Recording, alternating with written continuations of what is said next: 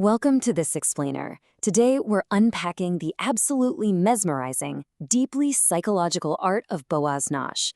We are about to take a stunning visual journey through canvases that are incredibly dense, super complex, and packed with a collision of ideas that, at first glance anyway, just shouldn't belong together. But, as you'll soon discover, there's a profound method to this beautiful madness. Okay, let's dive into this. To truly decode Nash's work, we've got to start right here, with his own words. He writes about growing up in a divorced family, constantly bouncing between two entirely different homes. He says, painting provided a way to play with integration of elements that seemed to come from completely different worlds. Think about that for a second. This is the foundational, psychological thesis for his entire body of work. He isn't just painting abstract shapes for the fun of it. He's actively trying to stitch two totally separate realities together onto a single canvas. Just take a look at this extreme visual contrast. Over on the left, we've got the hard, rigid, unyielding world of mathematical physics, specifically linear canonical transform equations. It's cold, calculating, and laser precise. But then, look to the right. We see this sweeping, vibrant, intensely emotional and organic landscape. These are the two worlds Nash inhabits. And that visual shock you're feeling right now, that is completely intentional. He wants us to feel that massive distance before he attempts to bridge it. So let's break down these worlds one by one, starting with the highly structured realm of physics, complex math, and raw data. Part 1. The Canvas of Hard Science. Take a really close look here. Let's go on a little scavenger hunt together, shall we? Do you see those bold, black, floating E- symbols scattered around? What about the ring equations enclosed in that glowing green circle right there in the center?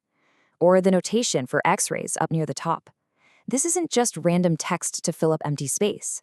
Nash is employing a dense, highly specialized scientific language. He treats these formulas almost like actual physical objects, letting them float and interact in the exact same space as his brushstrokes. And he definitely doesn't stop at physics. He brings computer programming into the mix too. Look over on the left side of this composition. You'll see literal Python-like code snippets written right into the paint. We're talking lines like def calc field. And right in the upper middle, spelled out vertically, is SAGU, which stands for Segmented Adaptive Undulator. It is absolutely fascinating how he takes this incredibly cold functional logic, a language we usually only see confined to glowing monitors, and transforms it into vivid visual art. He's literally giving brilliant color and tangible form to abstract programmatic thoughts. Now, what's really interesting about this slide is how the text completely dominates the composition. Right up in the upper center, the words linear canonical transform sit squarely above these integral equations, entirely surrounded by rigid geometric matrices and boxes. It's almost as if the math itself is demanding to be seen and understood. This painting perfectly captures the rigid, boxy structure of his scientific world. Everything is compartmentalized, strictly defined, and ruled by absolute logic. But remember, Nash is an artist of two homes, and that brings us to our next concept, where we leave the strict rules of the laboratory behind and step into a world of profound emotion and deep personal ties. Part 2. Roots, Nature, and Connection. To really understand this second world, we need to think about the word roots. It carries such a powerful double meaning. Botanically speaking, it's the part of a plant that physically attaches it to the earth, drawing in nourishment. But genealogically, it represents our family, our cultural origins, our literal bloodline. Nash brilliantly uses both of these definitions at the exact same time to anchor his emotional work. And right here is where that dual meaning just comes alive. Let your eyes trace down the stark white trunk of this tree, right down into the colorful, swirling root system at the bottom. If you look closely inside those circular roots, you'll find interwoven, handwritten names. Let's see, yep, there's Boaz, Patricia, Joe, Abraham, Sophie. He is literally grounding this beautiful, organic piece in his deep personal history. He's painting his family tree in the truest, most intimate sense of the phrase. In this natural world, the emotional weight is just palpable. On the left, we have this solitary, highly expressive blue eye. It's intense, it's vulnerable, and it's looking directly back at us with an incredible intimacy. Contrast that intimacy with the landscape on the right, which is defined not by sharp geometric equations, but by broad, flowing, highly emotional brushstrokes. This is the realm of feeling, a really stark departure from the realm of pure thinking we explored a moment ago. So we've got these two completely different homes, right? The challenge of this explainer, and honestly of his whole life, is this: how do you live in both at once? where does the inevitable collision happen? Part 3. Practicing with dissonance. So the crucial point is that Nash isn't just choosing one aesthetic over the other. He's actively forcing them to coexist. On one hand, we have the rigid, the equations, the code, the strict geometry. On the other, we have the organic, the flowing, the roots, the deep emotion. These elements naturally repel each other, right? They create this profound visual tension. Let's see what happens when they forcefully collide on a single surface. And this brilliantly illustrates that very collision. Front and center, we have a vibrant tree of life with sprawling roots, totally representing that emotional, organic home.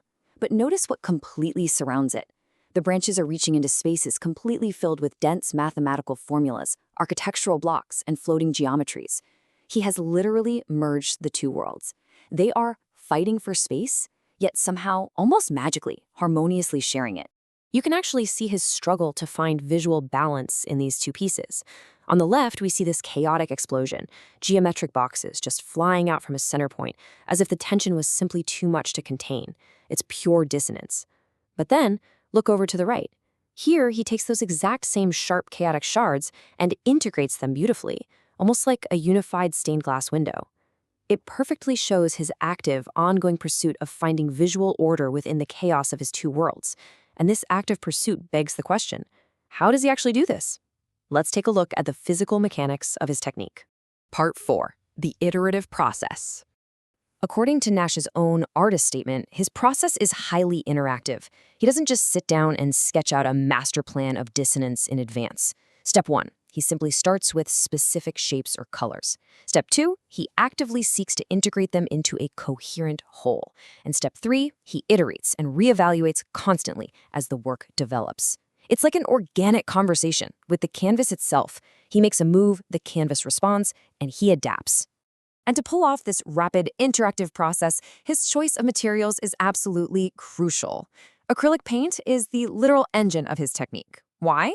Well, because acrylics dry incredibly quickly. This fast-drying nature is strictly required for his relentless layering.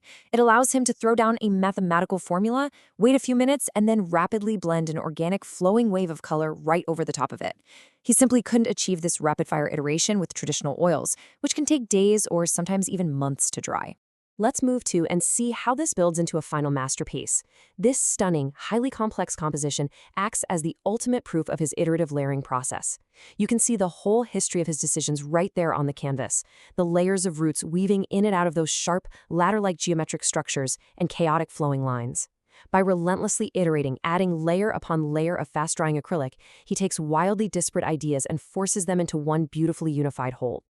To bring this entire narrative full circle, we return to the powerful mantra from his artist's statement. Painting became a practice for me to find a vision of integration, or to at least practice with dissonance. This is the ultimate psychological purpose of his vibrant art. Every single brushstroke is an attempt to reconcile the divided homes of his childhood, and the divided worlds of cold logic and messy emotion within himself. Boaz Nash uses fast-drying acrylics, complex mathematics, and painted family roots to bridge the massive gaps in his reality. But this isn't just one artist's struggle. It is a profoundly universal human experience. We all carry contradictions. We all live between different worlds. So I want to leave you with this final provocative thought. When your worlds inevitably collide, when cold logic fights with messy emotion, how do you practice with the dissonance in your own life? Thanks for joining me for this explainer, and keep seeking those fascinating connections.